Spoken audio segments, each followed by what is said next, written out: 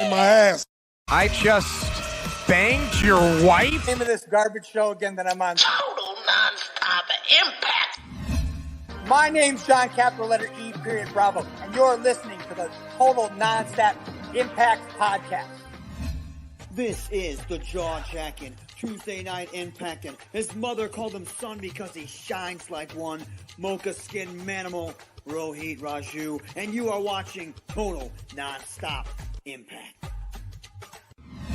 This is Taya La Güera Loca, and you are listening to Total Non-Stop Impact. The Walking Weapon, Josh Alexander, and you're listening to Total Non-Stop Impact. We are the Rascals. And you are listening to Total Non-Stop Impact Podcast, baby. Woo! And what you're really listening to is Total Non-Stop Impact. Don't you dare miss a lesson. Oh, yeah.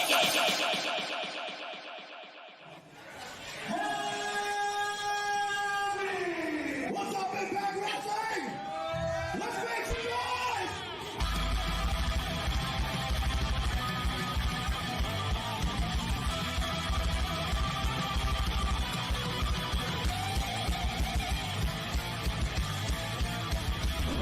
Sitting here, you guys got a 15-minute intro of putting yourselves over while I'm sitting here and watching J-Bone and Kalon and your 50. I never saw a 15-minute intro of three guys putting themselves over. This is the good stuff. Welcome back, everybody, to Total Non-Stop Impact. Impact Talk for Impact fans, featured right here on the TNI Network. This is along my co-hosts, J-Bone and Bill, we didn't think you're going to be here today. Bill, Joe, NWA-TNA number 48. Gentlemen, what's happening? Let's Throwback Thursday. What's going on, guys? 48. God damn, we're almost at a year of this. Woo. What's up? Crazy. Bill? It is creeping up on a year. Bill, we thought you were going to be at an indie show tonight. We didn't think you were going to be here. We said, well, I guess he's not coming. We're going to go ahead and start the 15-minute. Wait. We started on time? We started on time, but I figured it gives you 15-minute intro to get there. I figured as much. It's like going to the movies nowadays. The movies, it says starts at 10 o'clock, but there's literally 15 minutes of trailers. So you have a 15-minute buffer. And nowadays, it's not just movie trailers. Nowadays, it's a commercial for fucking Geico and Toyota and Coca-Cola. I'm like, what the hell is all this? So we're the same way, guys. If it's come on, man. You know what? With everything going on, come on, man. The last 2 days, I know Mark is losing his mind. Uncle Mark is losing his mind about everything going on this week, and this deserves a full-on. Come on, man. Because that's exactly what somebody's saying out there. But how's everybody doing in the chat tonight? Live viewing audience, guys. Thank you very much. I'm still so disappointed on Tuesday.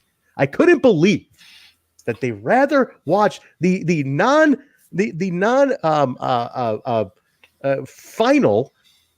election results than watch us live do a TNI. Unbelievable. They're still watching. In fact, I'm gonna beat everyone to the punch. I'm gonna be the heel in the room tonight. Okay, I'm gonna beat everyone to the punch.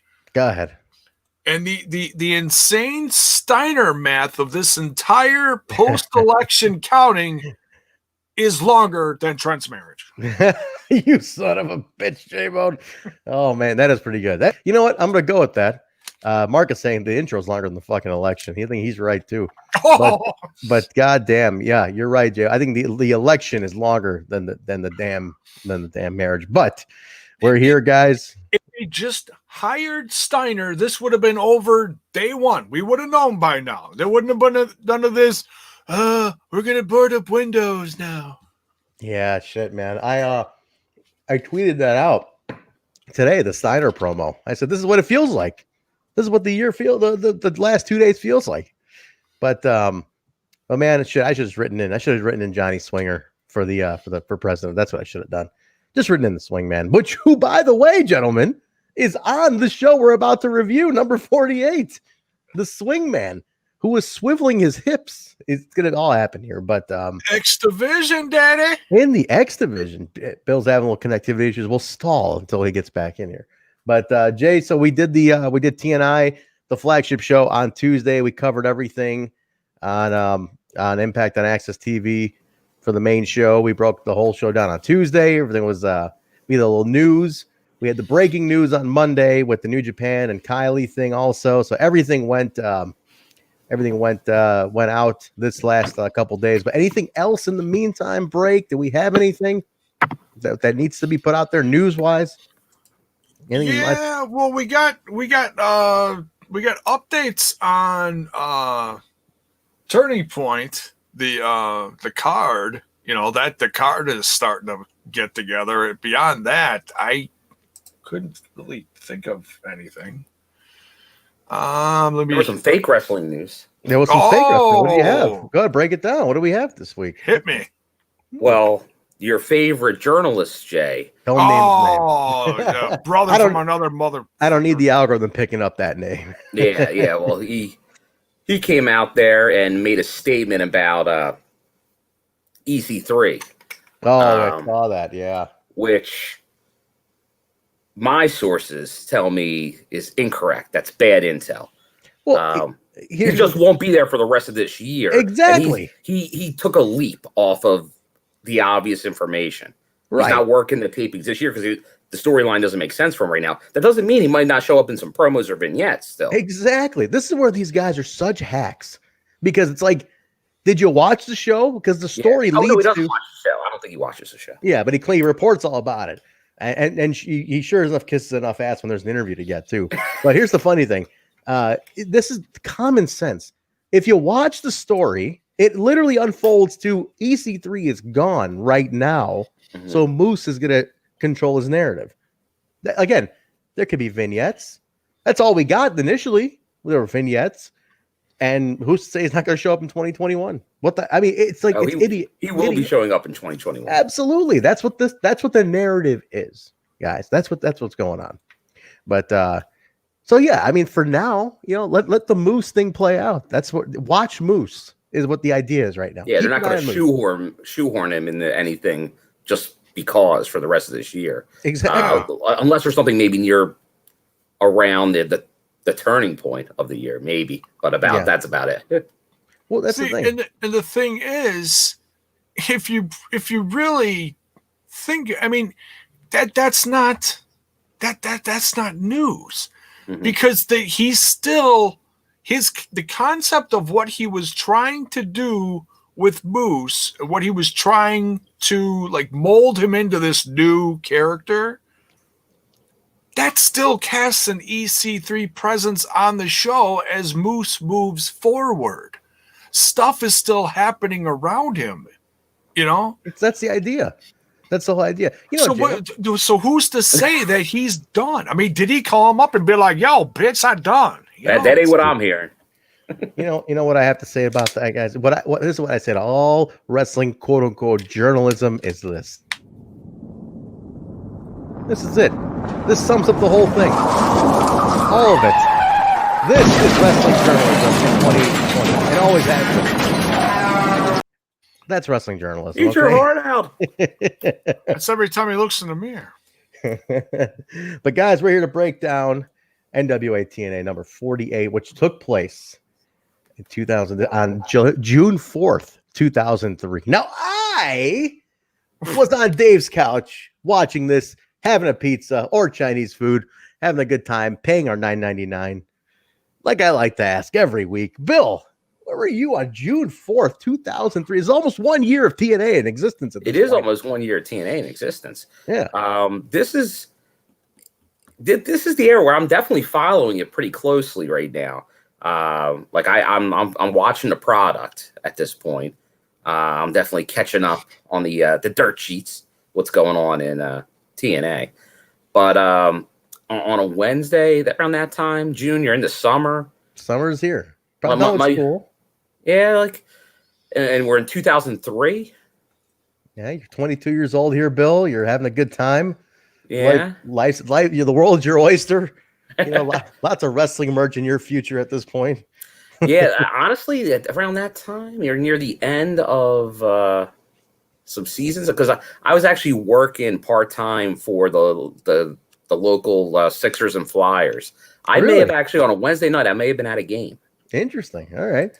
So I may not have seen it live, but checked it out later is my thinking on this. All right. And at this point, we're in Ring of Honor has hit its year one right about this point too. And you being a PA guy, I'm sure you were at some of those at the I was Murphy Rec, right? Murphy Rec Center. Is that there? Yeah, started out the Murphy Rec, and then it went to the Armory. That's right. So by now, they might be at the Armory by then. Year one, okay.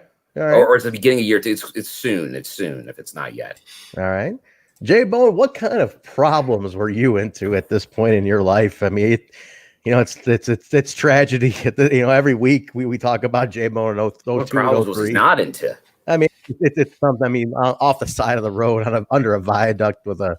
He had a bunch of cookies back then. Bunch of cookies and lollipops, just slurring his speech, hitchhiking for a ride. What happened to you in June 4th, 2003? J-Bone. Probably discovered this might have been the year I discovered Grey Goose. No, geez, that's all you gotta say. Good year. That's a good year. That's all you gotta say. Someone brought a flask of it to work, and then we went across the street to the gas station and got a few bottles, the smaller bottles, 12 ounce, 16 ounce, whatever, of OJ.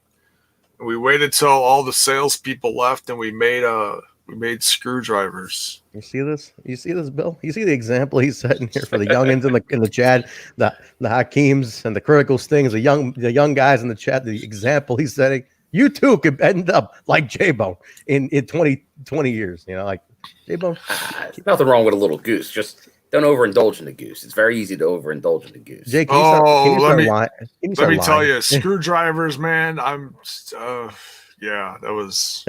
I lived 2 minutes from home, but that was a long drive. Damn. Our pal Adam Impact was right there with you. He was drinking Jaeger bombs, bouncing at a bar with his 24-inch pythons, kicking ass in Ypsilanti, Michigan, where ECW used to go to it as well. That was a stopping ground for ECW. Very nice. I didn't have a Jaeger bomb phase in 2003. I had my Jaeger bomb phase years later. Adam, I want to thank you again since you're here live. I did do it on Tuesday, but thank you for the EC3 hoodie. I wore it on the show Tuesday and gave you a shout out there. So thank you again. It is slick. It's a beautiful birthday present to give me. I really appreciate that. Thank you so much. XB Dog is in the chat too. He just subbed. He's been subbed for too much. Thanks, XB Dog. He also ran a little sub train on my Twitch last night. Thank you. J-Bone's Twitch and Smash This Podcast doing we're getting all the plugs in at the end. So stay till the end. Get the plugs, but definitely go and give Jay a sub on his Twitch too. So we're all growing, man. The family's doing well. The family's doing it. All right, let's jump into it, guys. June 4th, 2003. This is when TNA is really, really starting to pop. Year one, like you said, Bill, is really starting to get a lot of attention at this point. A lot of people showing up. A lot of things getting written about. You had a big shift, man. I mean, Ring of Honor, TNA turning a year old at this point. It was a nice. After losing ECW and WCW, we're at year one of like, okay, we have our two new guys now. Our new people are here. This looks like it'll be around for a little bit. So this was an exciting time. It was an exciting time to especially come up to year one, which was fun. So I definitely do remember watching this. This was a big deal. So, and especially when in 2 weeks when we hit the actually not 2 weeks. I mean, we still got 4 shows to go, but we're already at June, so I don't know how that's working out, but. 48 to 50. I don't know. Oh, there was also the best of in there too. So 3 more weeks till we hit the year one, and then we're at like the first official Slammiversary, you could say. But we opened up, guys. I'll recap the last couple weeks.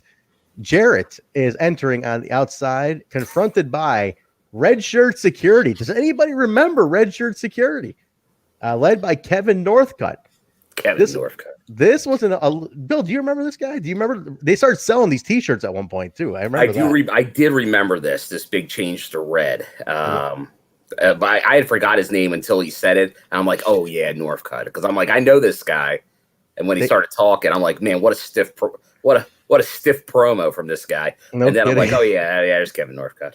Was he? It's like I don't remember this guy. Like the name almost like Northcutt rings a bell, but I don't know. That goes back. They do. He eventually does wrestle. Okay. And he's a big guy. He had a decent run. He did. I want to say all three guys were like huge. It's like, okay, this is some security. He was in WCW as like a jobber, basically. He was kind of just like a squash guy in WCW. Very late. I'm talking last year. He was a prospect guy, but he didn't do too much. I mean, he had a decent little run in TNA for about a year. Like the redshirt security blends into stuff and it becomes a thing. But interesting.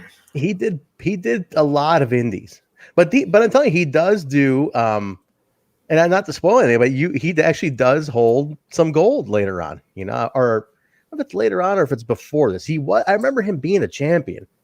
I can't remember if it was during the TNA era or if it was prior to the TNA era. But he was an NWA tag team champion. So that's the thing. It's he had a bit of a pedigree, not pedigree, but he had a little bit of history. So he's not terrible, but I think he just was, it just like he never caught fire, you could say. So Kevin Northcutt, man, I'm trying to remember. Does anybody remember? Did he hold the tag belts during the TNA era, or was it after, or was it before? I'm trying to remember that because I know he totally did hold a tag team title at one point, and with Joe E. Legend, who was also remember Just Joe? That was the guy in WWE for a while. You remember Just Joe? Do you remember that J-Bone? No. Joe Legend. He was an East Coast guy too, Bill. You probably saw a lot of indies back then. I think he did an ECW run actually. I think late run though, right? Real late. Like I think he just popped in and left, that kind of thing. But he was there for like a second. Well, once they ignored my hometown Philly a lot, I wasn't ECW then. They left me behind. Yeah, they sure did. Mark wants to know what's on my shirt. This is Iron Claw, Mark. This is a little shout for you. This is actually a collar and elbow t-shirt that I got from the Collar and Elbow guys at when they were down there at Bound for Glory. He's nice enough to give it to me, and I said, "Hey, I'll take the Iron Claw one, man." So that's very sweet of the Collar and Elbow guys. We're really pretty guys. Collar and Elbow. Rashke? It's it could be Rashke or it could be. Well, he said it was Iron. It was more based off the Von Erichs. It was like a Von Erich font. Gotcha. World class font. So he guys, I really got to say, I saw some of the new designs for Collar and Elbow coming up, and they are phenomenal. I really got to recommend the Collar and Elbow t-shirts coming out. And they're working tight with the Good Brothers too, right? They are, and there's some more surprises coming up with them too. So there's some fun stuff happening with Collar and Elbow for sure. So keep an eye on them, guys. They got some good t-shirts, man. Really good shit. Really good quality. Nice. But so Northcutt and his team stopped Jarrett. They said you can't get out of line again, and you're going to be dealt with. Jarrett says he's going to do what he wants when he wants, and if they want to deal with him, they got to come deal with him personally. Don't send your security after me. But he did say something interesting. While I hold the title, I hold the full deck. Of cards. It gives that importance, right? Like the title controls everything. You can't suspend me when I got your belt. He's waving the smoking gun in a sense, like he's got the power basically. Yeah, he was living in that's a bygone era, obviously today. Oh yeah, you have a belt, it doesn't matter. People leave companies left and right these days with belts. No shit, yeah, and we found that out. It mattered back then, a belt. Yeah, back then, I mean, shit. In the old days, some of the old school fans might remember this. In the old days, the champion had to put down a deposit. You had to, so you wouldn't fucking leave. That was the idea. Oh, you want to walk? Sense. 100% makes sense. It sounds crazy that there was that much deception, but I guess if it happens once, you got to assume it's going to happen again. It was what did it say? It was 20 grand they had to put down. $20,000 they had to put down. Wow. And upon losing the title, you get your money back with interest. You would get it back with interest. That was the thing. So that was cool. That's actually pretty cool. Yeah. If you think about it. Jim Crockett was very up and up on that, man. But Swingman wants to know, where's your bandana, Bill? Where are you rocking that bandana, man? Oh, there it is. I don't like taking J-Bone's gimmick here, but I had the Swingman bandana. I didn't want to take J-Bone's gimmick. I need to get that. That's on my to-do list. Yeah, he's got him. I think I was you can hit hoping him. to see Swingman at a show, but you know, He's you can hit him up too. I think he'll ship him up to you. Swingman. The Swingman bandana's cool though. Nice. We get to the sex locker room. They're all holding hands in prayer, thanking the Lord for Disco's title shot, and making them the number one group in professional wrestling. And thank you, God, for bringing Vince Russo back to us. And this whole time, Siaki's mirroring Disco. It's like, thank you, God. Thank you, God. We want to thank you for bringing Vince Russo. Thank you for Russo. Like he's just mirroring him, little brother style. It was kind of reminiscent of when Stone Cold did that, like way back in the day. Where I can't remember who was talking. It was the same thing. Somebody had some locker room meeting. He was leading the thing, speech with everyone around him, and Stone Cold. This is one of the rare times when Stone Cold went like goofy heel. I think it was during the invasion or something, so it had to be around the same time. But Siaki was doing the same thing. I'm like, was this like right around then? I'm trying to remember. It might have been. I don't know. They're talking 2003, 25,000. Thank you guys for 25. 25,000. 20. Imagine 20. Imagine Tessa Blanchard putting 25,000 down. and she's fucking showing up to Rebellion. You know what I mean? There'd be no question she would have been there. It's a lost art, man. The deposit on the belt is a lost art. But Sanders breaks away from the group to discuss with Disco, and he's shocked. He's like, "Are you talking to Russo?" He's like, "Yeah, I haven't touched Russo." And he's shocked that Russo didn't reach out to him, so he kind of isn't believing Disco that Russo's talking to him and not Sanders. So setting a little couple. I'm digging this Sanders. I am too, man. I like Mike Sanders a lot. That guy is so underrated, just so underrated. And later on, he's on commentary. God, oh, damn. he's great on commentary. That's why putting this along with the commentary later, great Sanders performance on this episode. He is just he's a missed opportunity in wrestling. I'm shocked nobody strapped the rocket to him. You know, Jay, you didn't see any of them, but this is the first time you're really seeing Sanders. Yeah, I saw him back in WCW, but it was towards the end when I was like in and out. You know. I actually started turning the channel, you know, because I was all WCW. I didn't know anyone who was in WWF at the time. I could have given two shits, but then it just got really wonky at the end, and I was like, yeah. Speaking of the WCW love, a cheap plug for a guy not Impact, sadly, but a guy on the Indies that we all love. Your world champion, Trent. Manser's got a nice new WCW influenced shirt out there. Does he really? Yeah, like the purple and gold, and it's it's a play on classic WCW. But that double hell site that he sells the shirts on. He's not Pro Wrestling Tees, I don't think. I don't know where he was selling it. I think because I just saw it on like social media, like on like his like Twitter. He was putting out pictures of it, and I was like, "Oh, that's a cool looking shirt." Manser, baby, I love Manser. That's awesome. Because he's Mr. WCW. He loves WCW. Big time. He loves it. He loves the big dog. He loves the WCW. I love me some Manser loves some WCW. I love me some Manser. Hot beers and lariats. Yeah. He's I just love that guy. he's just he reminds me of Terry Funk. It's great. All right. So the opening match. How about this match, guys? Look at this opening match. Kid Romeo, Damien Dothar, and Johnny Swinger, the swing man, here swiveling his hips. There, he got the t-shirt. Look at that. The swing. He comes out and he's like Johnny Swinger, and he swivels his hips. Like you guys swing? Yeah. What are we gonna say, Bill? Yeah, it was when we saw Johnny Swinger before. It was like, man, that's like a whole different guy than the one we see on Impact today. But there was that little taste of the Johnny Swinger that we have today.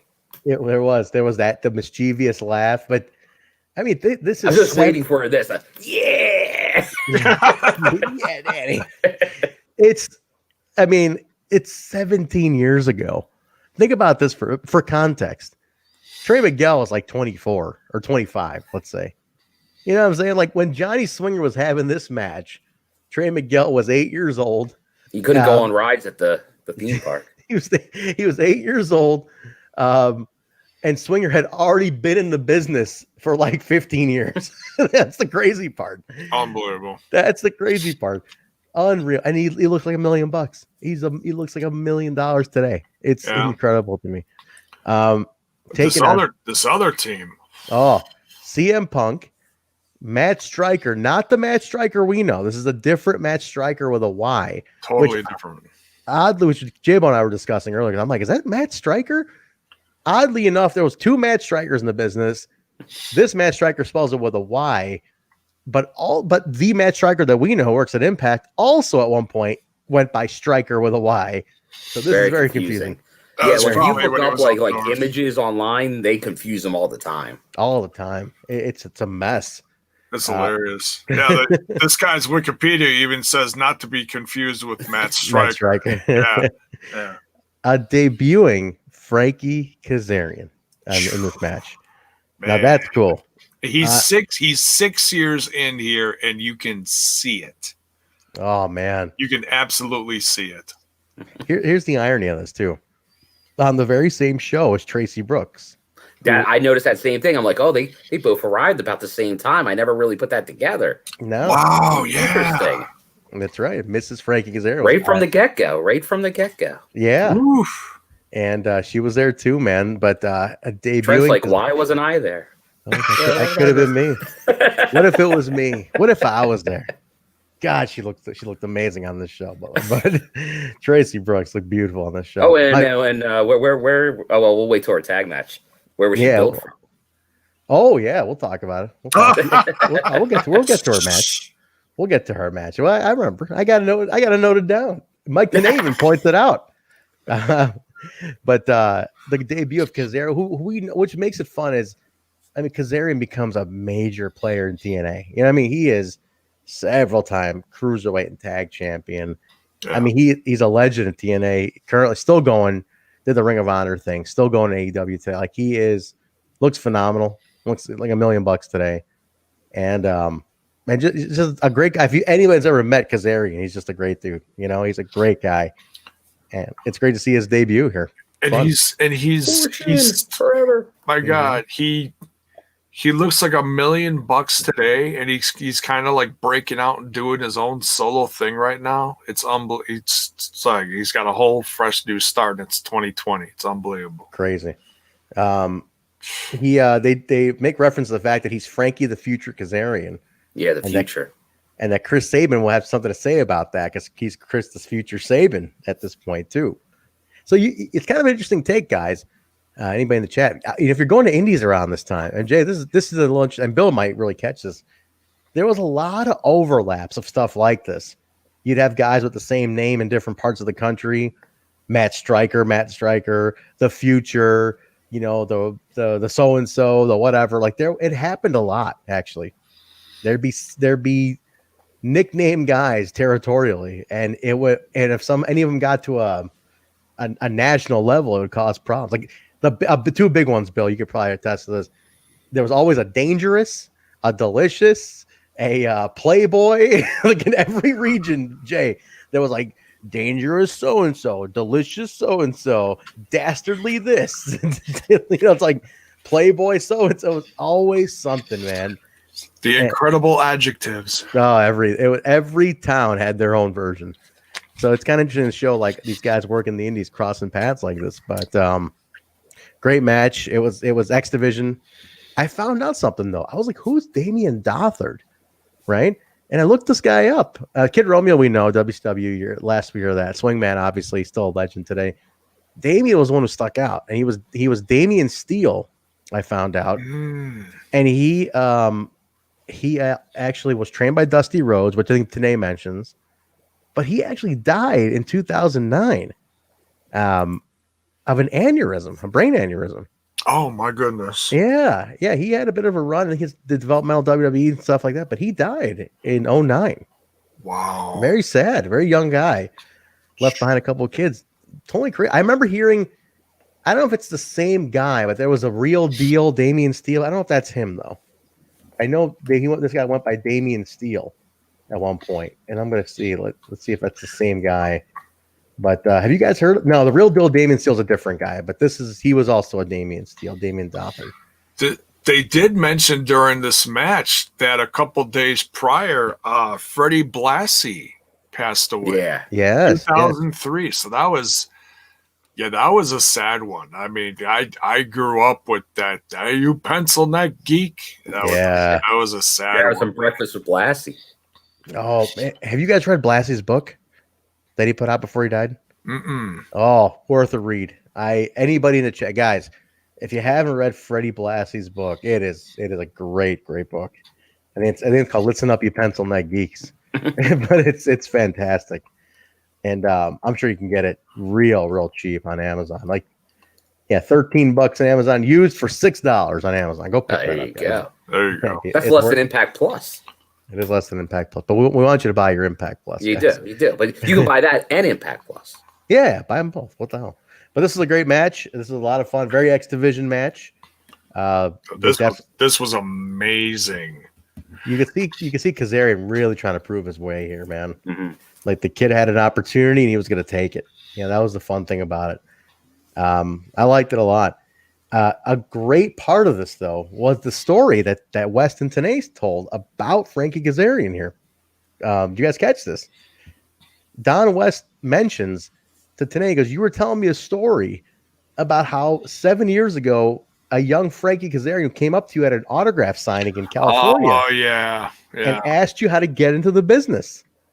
And he goes, "Yeah." And I talked to him, and he moved across the country to Massachusetts to train with Killer Kowalski. Killer Kowalski, yes. I remember them telling this during the match. Yeah, it's like, oh, yeah, I forgot he was part of his dojo. Yeah, it was.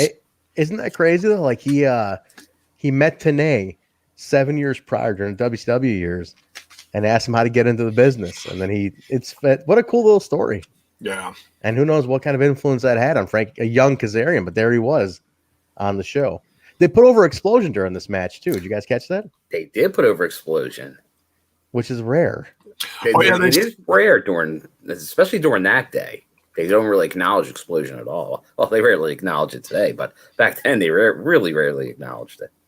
Yeah, it was nice to see Explosion get a little bit of love when we kind of don't really see too much Explosion get its own play. I mean, nowadays we're struggling to find Explosion to get, or like trying to get Explosion some credit and some mention every now and then. Well, Trent, you would probably know better than any of us. How was Explosion being delivered back then? So it was, so it was. I remember, it was on international TV, and it still was international. Before year one was out, it was international. It was international because that's that whole connection to Australia that they have. I was going to Australia, to the UK, but I will say this: it was on in a couple of local markets in the US.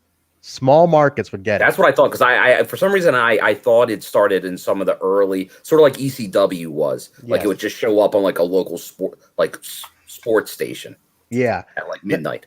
That's what it was. I remember taking a trip.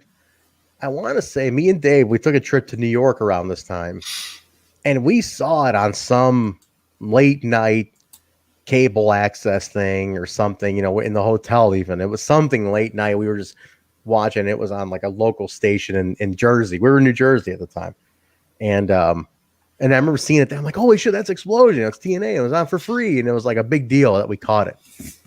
But it was impossible to find otherwise. No internet, to carry it back then, so it was impossible to get it. Yeah, it was.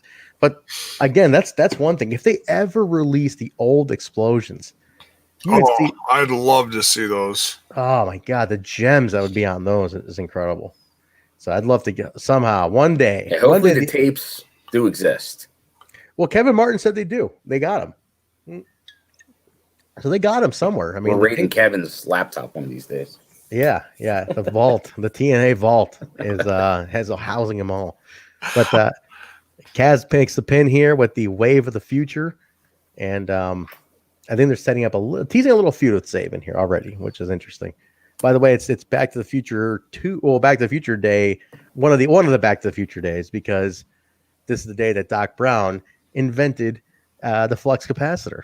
So that's today, November 5th, 1955. For anybody. Now, who's the bigger fan? You or Daniel Spencer there, Trent? Oh my God, Spencer's a bigger fan because he buys a lot of the merch, man. I mean, he's all in.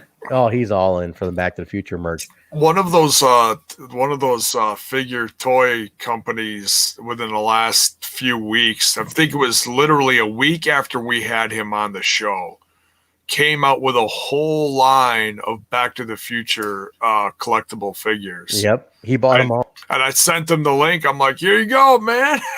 Oh, he went. He rated took a picture with. He had the whole display up, all of them standing.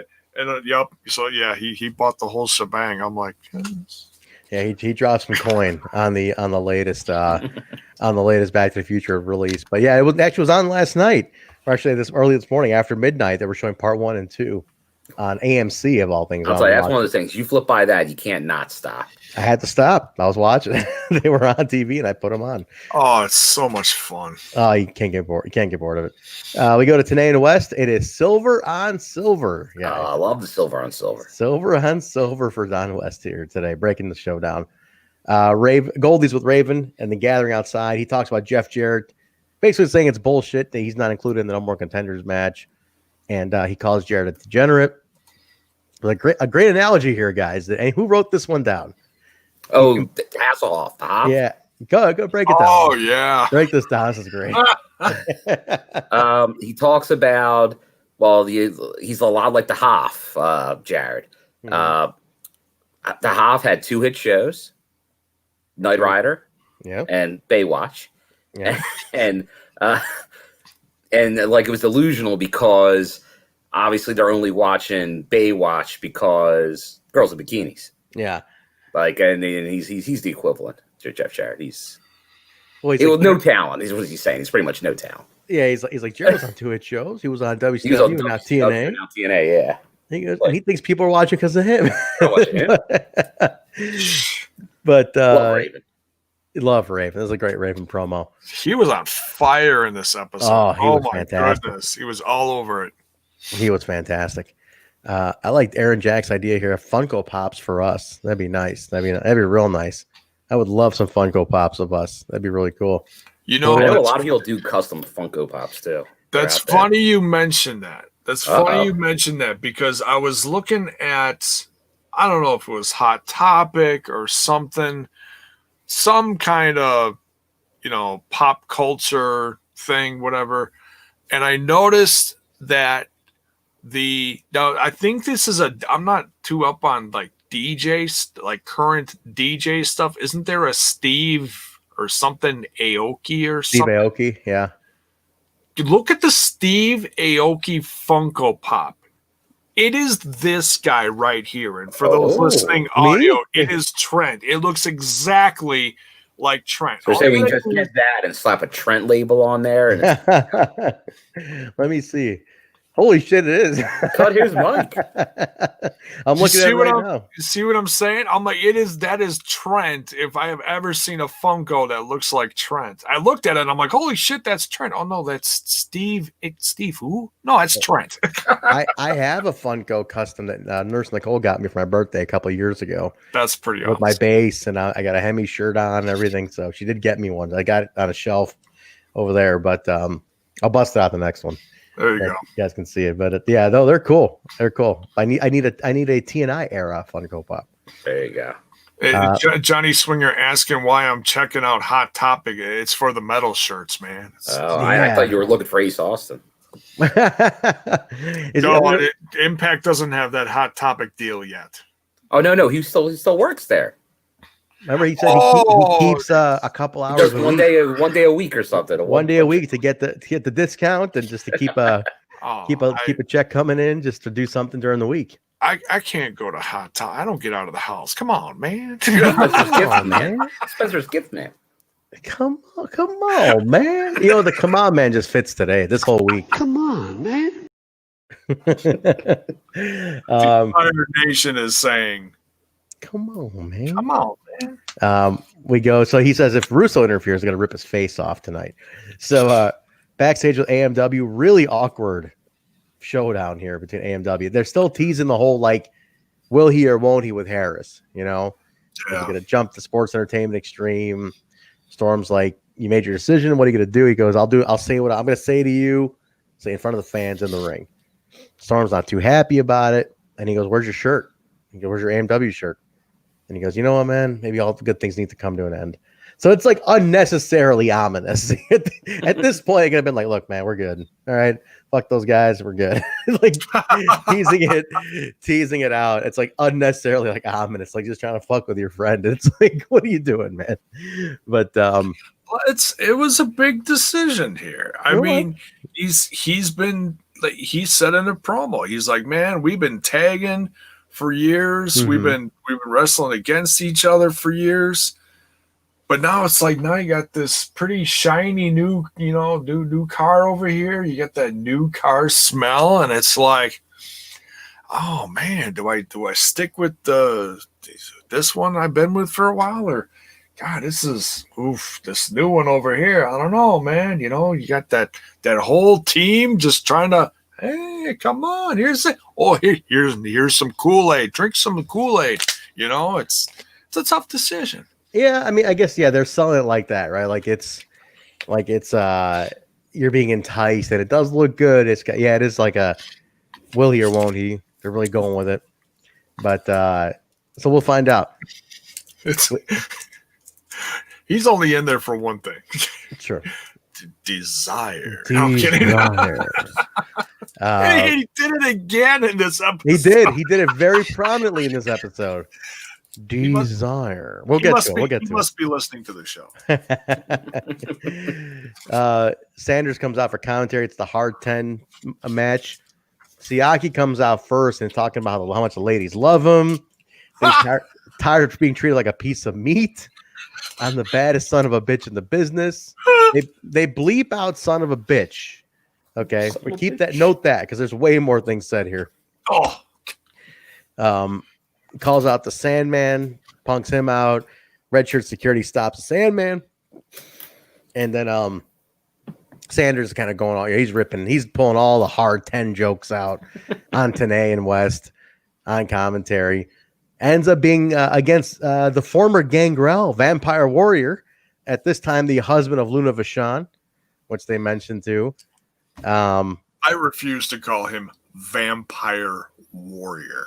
Yeah, it was his name before Gangrel, actually. Indy's name was Vampire Memphis and USWA and stuff. Yeah. Okay. It's just weird. Warrior. It could have been something different. Maybe Vampire. Well, that was very. I don't know. That was just, you were just talking about the nicknames earlier. Mm-hmm. Like everybody was a warrior. Everybody was a warrior. Machine. Yes. Like in Japan, it was everybody machine, and then it was like in the States, everybody warrior. That's so true. A lot of warriors and machines got done around those times. But I hear you are the machine. Siaki wins this one. But here's the funny thing. Sanders on commentary says asshole with no problem. No problem. No bleeps. No bleeps or boops. That's it. Son of a bitch is bleeped.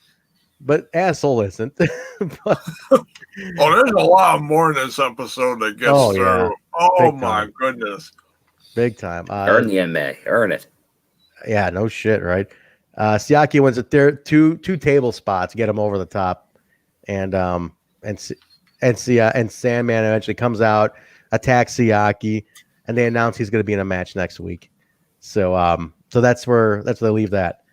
But yeah, I mean, that's the hard 10. I mean, they're coming to the end of this pretty soon. Yay. Thankfully. We're not digging the hard 10. That's our thing. We're not. I think they're realizing it because this match was short. I like the last one. That was a complaint at the last one. It was like, why'd they give this match so much time? And point. Oh, one point. So now at least they made it a little easier to digest. Yeah. We get to sit down with Raven. And Jam, I'll let you take this one because you're a big Raven guy. Talk about this TNA sit down with Raven. My head was spinning during this. I mean, this was a long interview with Raven, and he covered so many things. And I'm like, I'm not writing notes for this. You got anything noted out for this one, Bill? Do you want to put down? Just well, he talks about what, at WCW paying him a lot of money to sit in the front row and drink beer. He talks about ECW feuds. He talks about his Dreamer and Sandman feud. He does. He talks about obviously the big feuds, which a lot of flashbacks we're seeing today in the current product. True. With Eddie. Yes. He talks about quitting WCW. It says he was shit on WWE. Again, shit on is not beeped, even though this is pre-taped. Talks about his current situation with the title, and then talks about Russo trying to hang on to his youth at this point. So he's all over the place on this one. There's a lot being said. He talks about the other Eric. He does talk about how he walked out on Bischoff when Bischoff was like, "Raven, you don't want to be here." He's like, "Yeah, you're right. I don't." But it's destiny, Daddy. It's what it is. It's what it was. Talks about his death. I love. I thought it was his density. His density. You know what? I mean, your destiny. Good tie-in, Bill. Very nice. Daniel Spencer would be happy. Make like a tree and get out of here. Make like a tree and leave.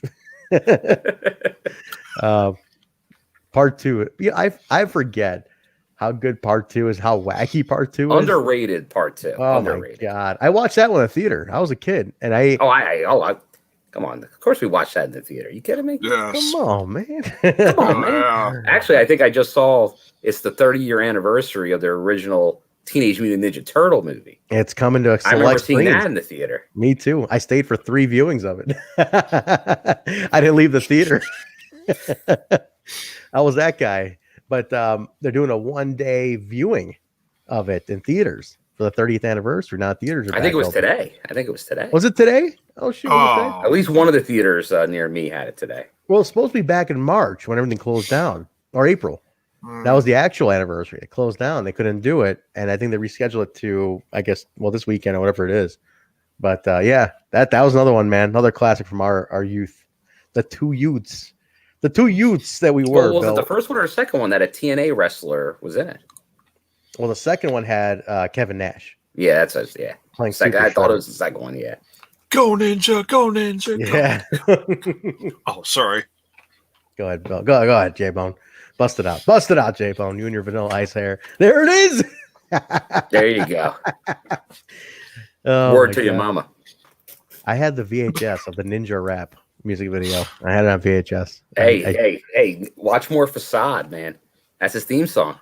Is it really? Oh, yeah. He's the Neon Ninja. So Oh, my God. Ninja. And you get the chant during the match. I've started it many times. Go Ninja, go Ninja, go. That's go, funny. Go. That's hilarious. So where are we at here? So that was the sit down. A lot of Ravenisms. Welcome to Ravens Clockwork Orange House of Fun. At this point, Goldie in the back with Don Harris, and he says he's in the Asylum Alliance match with Ron Killings. He refuses to work with him. Well, he says he refuses to work with that kind. Yeah, that's what he has. So he goes, I'm scratching that match. Calls David Young his brother, but he goes, I will not tag with their kind. And it's like, whoo! But then he's like Skipper. Goldie's like, she's like, I don't know what that means. He goes, you know what that means? I don't know what it means. Skipper's like, what do you mean their kind? So right away, you're playing off the race stuff. Now you're just playing off of it straight up with these guys. So this combined with it's become storyline. Well, this combined with the unaired it wasn't unaired. It was aired back then. But the scratched interrogators. Shit, man. Remember, they did the follow-up where he does still refer to the Brotherhood. That's right. He does refer to the Brotherhood. That's right. When Ron confronted him, he's like, "Oh, Brotherhood, you talk about." Ooh, this was awkward. But then he calms Elix down, and he's like, "Hey," he goes, you're cool. You're one of us. You're one of ours." He goes, "I'm talking about Ron Killings, who makes it everything about race. Who plays the race card and all that stuff." So it's still a little edgy though, because it is edgy. Well, it's like Smoky Mountain edgy. I don't know. It's very like early to mid 90s indie heel stuff. Yeah. I don't know if I'm doing this on a bigger platform. It's tough because Smoky Mountains do a lot of it. Oh yeah, they were notorious for it. I think they're the most notorious like rape spading indie of all time. I mean, Big time. This is kind of, they're not going all in. They're dipping their toe in those waters. These. Yeah, because dude, I mean, Smoky Mountain had it both ways, like the famous New Jack promo. Jay, you know about this New Jack promo in Smoky Mountain? Where they played it on his dark side. Yeah, Jason, yeah, I saw it. I remember them talking about that. And he's like, O.J. Simpson, good job, player. 2 less to worry about. I was like, what? Oh, that's great. Speaking of New Jack, and I know he's been on these episodes lately. He actually has a new shirt out on Indie. Hang on. He what the hell is it called? It's the the Indie Connection has a lot of hardcore related items like Raven, Tommy Dreamer. He's got the classic ECW Psych Ward T-shirt right here. Oh, nice. Yeah, very nice. Yeah. So it's on sale right now. Go if you like New Jack, you can. But it's got Raven and Tommy Dreamer and other stuff on there too. It's got an old Sabu shirt on there. Indie Connect, was it indieconnection.com or what is it? Indie let me make sure I got the indieconnection.com. Not Indie Connect. There it is. Oh, I think this is it. But yeah, check that out if you want to support New Jack. His Twitter got suspended, I believe. So he was digging he was doing some stuff he probably shouldn't have. He's been very controversial. I know he's been in the news lately, but he was actually digging our reviews. He was retweeting us and stuff like that on Throwback. Oh, we need you to come back, New Jack. Come on. Yeah, come on, man. It's Indie with a Y, which always bothers me because Indie is INDIE. Indie with a Y is Indiana or Indianapolis. It always got me. But there's some cool shirts on here. Holy shit.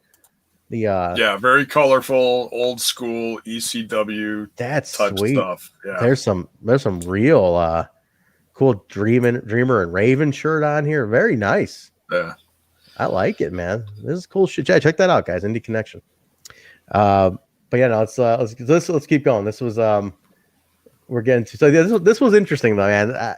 It was very weird, but the whole Harris thing continues on. We get David Young with Desire. Taking on Traci Brooks and Ron Killings. I'm sorry, no, wait. David and Desire with Traci Brooks taking on Killings and no Don Harris. Yeah, he's solo. Solo Ron Killings here in the Asylum Alliance.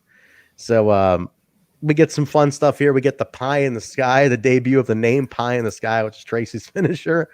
At one point, I think Wes I think he enjoyed that one. It's like, yes, he probably fucking did. Who wouldn't? They refer to the Pie in the Sky. Nurse at one point. Oh my God. Traci gets knocked out. Nurse Veronica, who's the nurse who took out Kid Cash the previous week, comes out, starts checking on Traci mid-match. Checking on her. The referee's distracted. Desire's distracting him. And she leaves, and then nut shots Killings. David Young gives him a spine buster, gets the win for these two. They start celebrating, and Desire gets very upset about that and starts brawling with Traci. They just start rolling around. It's old school ECW. Get by, going all at it. Totally. Classic. I mean, they're really trying. I mean, you can tell this was trying to be Dawn Marie Francine right here. This was going for that vibe. The thong's up, the dress pulled up, thong out. Yeah. But look, nobody minds. I didn't mind it at all. Okay. I was a 22-year-old guy. I'm a 39-year-old guy. Now I'm still not minding any of this. But it definitely has those ECW vibes of the cat fights. Now, Bill, where was Traci billed from though? You wanted me to question that. Oh yeah. It was Saint. It was a Saint something. Was it St. Catherine's Reform School? I think it was St. Catherine's. I think. Yeah, it was a Catholic Reform School. Yeah. St. Catholic Reform School or something. But they're like, well, now we know the schoolgirl look comes from. So they're really pulling that up. But she looked great. Holy fuck, man, she looked amazing. My all-time favorite knockout, man, no question about it. That nurse though. The nurse was, we still don't know who the nurse is, right? Or did we figure that out last week? That was Nurse Veronica, they said. Yeah, but did we figure out who played her last week? Was it People somebody? talked about it during the last one. Somebody mentioned it, right? One of you guys, Rex over here. Something. I think she Rex- was simply luscious. Was that it? Please look at Rex's comment here, man. It took me 15 minutes to watch a 39-second segment. Simply luscious. Now you're supposed to say, well, that's longer than Trent's marriage. Jesus Christ. Yeah, she was simply luscious. I don't know. She don't think she went anywhere else after. She was trained by Shawn Michaels in his school, and Rudy Boy Gonzalez, who was Shawn's one of his trainers at his school. But she really didn't do much afterwards. Briefly in a spot with Tank Abbott in WCW, did the TNA thing, and then went to the Indies, and that was pretty much all she wrote. She was out of the business by it. Looks like she came back in 09 for a little bit. That was it, though. She was done in 09. So, still not technically retired, but hasn't done anything since 09, according to Wikipedia, at least. But simply luscious. But that's still not as cool as Desire. So they advance in the tournament. Goldie's in the back with Jeff Jarrett. Kind of a status check on the match coming up. They're checking in. He's focused on the disco match. He doesn't care about anything else. I'm focused on that. Screw everybody else. Eric Watts comes in after this. And Goldie's the acting in this episode is pretty good. A lot of cool skits in this one. Goldie is pissed. He's like, "Why are you so mad at me, baby? Come on, baby. What did I do?" And she's like, "Cut the camera. I'm so upset at you. You locked me in a goddamn storage closet, you know?" And he's like, "Come on, no, don't be mad." He's like sweet talking her. He's like, "Look, I want to give you something. Give me your hand." And he puts on like a tag and goes, "Here, that's for you to show you how fragile you are." It was a fragile tag. For Julie. And she's fucking pissed. Like, she is so pissed off at him. It's like, "God damn it, screw you, you bastard." And just, she's so mad. She's so pissed. I just wrote my notes. She's so mad. So Watts really has pissed her off. She wants nothing to do with you. You pissed me off. You broke my tree. He's like, "What are you talking about? Come on." You know, so he's acting like Mr. Innocent here, right? He doesn't give a shit. You would think she's so pissed off, singular wireless to not return her cell phone. We never went anywhere with that, did we? In 3 weeks. One and done. One and done. Not a shock. Not a shock. Sometimes you try stuff out, it doesn't work. Huh? I always go with that. That's my reference in life. Ken Anderson's talk show.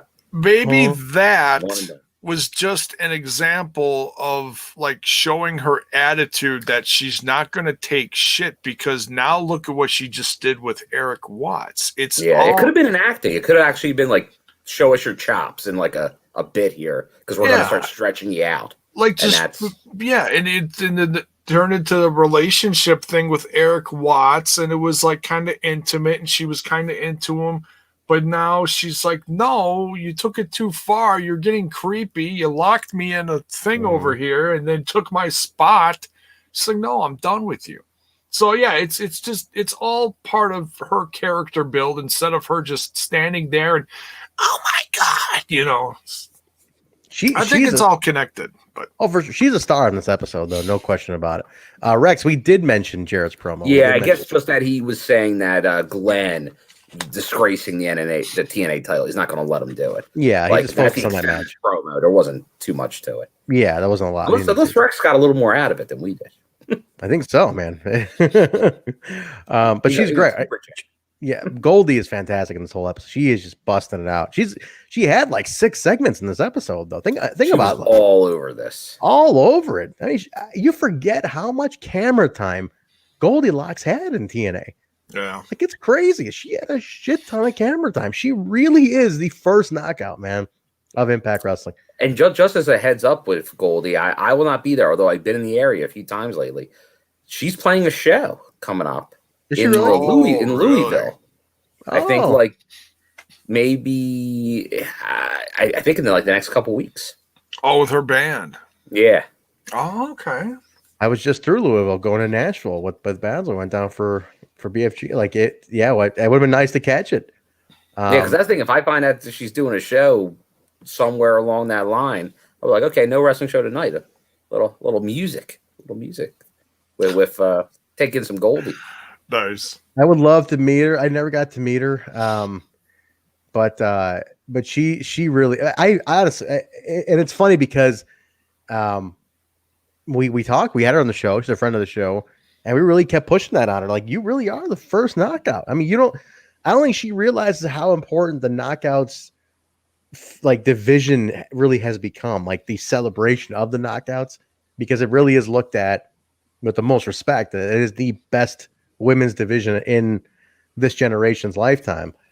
To this day, like still, I mean, every company that's come and gone has tried to do this. Even the women's centric companies and WWE, AEW, nobody can touch the knockouts division. It is just booked fucking right.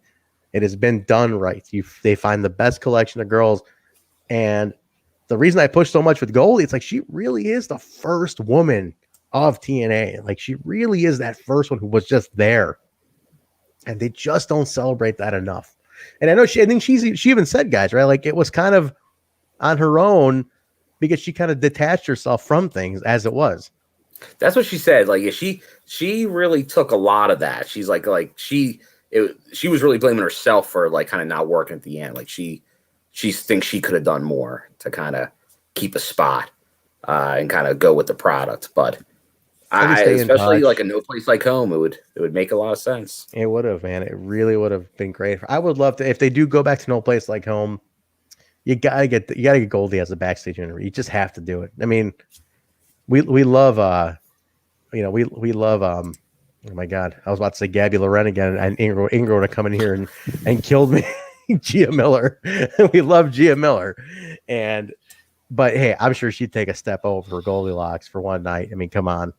So I hope it happens. At least celebrate her once more because she deserves that spot. But this episode exemplified how much she actually did on a live show. Live show. She was everywhere. Oh, she was jumping all around. Yeah, around. Like she would finish a segment and be somewhere else quick, man. She was on the hustle. She was, man. We get the Harris, the AMW showed on here. So Harris comes out, Triple X comes out, Sabin is out there, Storm comes out. Time for answers. So Harris gets in the mic and he says, "Let's end it in front of all these people." Kind of very teasy, very back and forth. I don't know if you guys have any specifics written down. Either one of you, please take it. But he teases a lot here. Like it's wavering for minutes at this point. Was there anything specific that stuck out that he said to you guys? Anything in particular you guys have written down? Bill or Jay? No, just that he had more to do. Yeah. Yeah. They were still teasing us like, yeah, we should end this like on like pay-per-view. Like, it was kind of, you saw what was coming here. Yeah. This wasn't. Well, because he ends up saying, he goes, all things must come to an end. Yeah. AMW has just begun, and so that was it. Big pop. Yeah. Big night. Sabin's all pissed off, and AMW take him out, so he gets taken out by AMW. So that's the official AMW's back. So it's kind of was the Harris tease worth it? Is my question. We've had almost over a month of story arc, but it didn't really. I mean, it didn't lead into anything. I mean, there was a little confusion, a little tease of AMW. They were so new at the time. Did the breakup even mean as much because they were so new? I was like, yeah, if they split. I mean, I'm watching this now. I'm thinking if they split, they split. I'm like, they've only been together for like 6 months. It's my thing. I don't know. What do you guys think, Jay?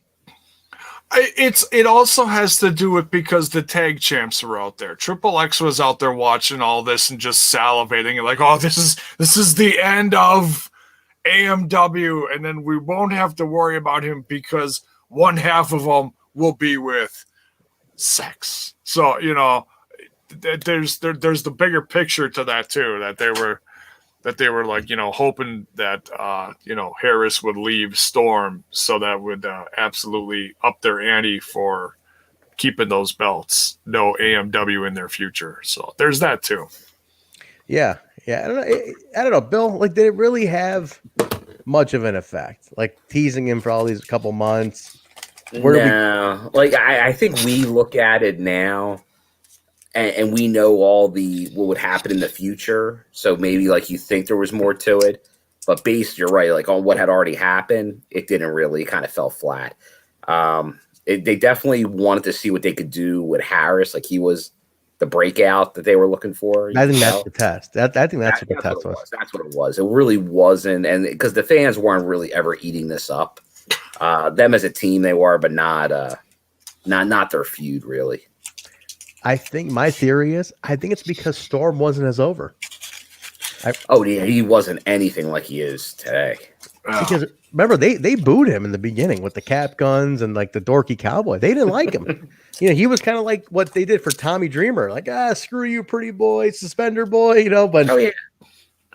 But he almost had like a smoking guns gimmick when he first started. And they didn't like it. It took a while for Storm to get over with this crowd, but he wasn't the cowboy we know now. I mean, now he's he's a maniac now, but yeah, it took a while. I mean, he started him out kind of corny, like a circus act, pew pew. Oh, look at his guns, pew pew. Yeah, right. Yeah, so that it took a while to shake that because once fans get the taste of, ew, what's that? Oh, what does they? Oh, why does he do that? That sticks with fans for a while. So it takes a while to shake that, and then the cool cowboy. He's got the cool cowboy thing right now. It's just simmering. It's way down here. People don't see it yet. Yeah, I mean they haven't gelled nowhere near what that is like. They've had a run at the titles at this point, but nowhere near on the intensity of what the popularity becomes for AMW at this stage. But it's still like year one with these guys practically. So it's which I agree with you, Bill. I think the idea was to tease to see how Harris would have been on the break, how he was received as a breakout. And I think that was the idea here. Like, is the guy gonna really? Can people take? And they did. I mean, they were reacting to Harris. They do like Harris at this point, and that's the thing you gotta. That's the interesting part. It's like, huh? So I think they were trying to ID like homemade stars. I think they were trying to develop their own stars that maybe someday could somehow challenge King Jarrett for his title. But I think this was a start of trying to look within the roster because really, I think they were looking at tag teams really as future single stars. Not really long-term tag teams. In a sense, you're right, and I think that's what it was, man. But they put them back together officially. And I think this is where we finally get the music, like the Guilty song, which was a badass theme song. Jay, have you ever heard the Guilty AMW theme song? Oh, I probably heard it. It's just been a while. Oh, it's so good. I think you'll really like it. But it's a fantastic theme song. But Guilty's really fun. But yeah, see if I can find it. Yeah, pull that up. I'm not going to play it. Just a quick.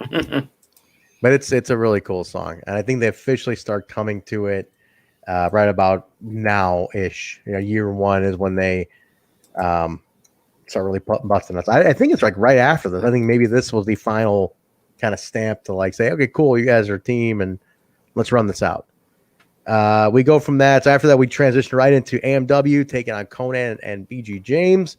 Is this Asylum Alliance? Did they say this? This is.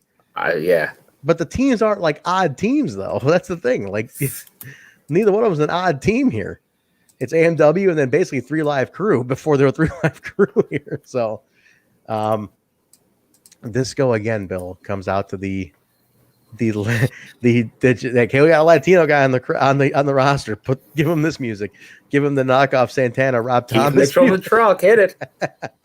And I said, like just that fucking Santana smooth song that they play for every luchador. It was just I'm like even for Konnan we're doing this. Daniels is on commentary here. Was Elix not on commentary? Was it just Chris Daniels? Just Daniels. That's why I'm going Daniels today. Oh yeah, there you go. Is that a merch piece? What is that? That is a merch piece. This is an early Daniels TNA jacket. Whoa, wait a minute. Show us this. Wait a second. With the hood?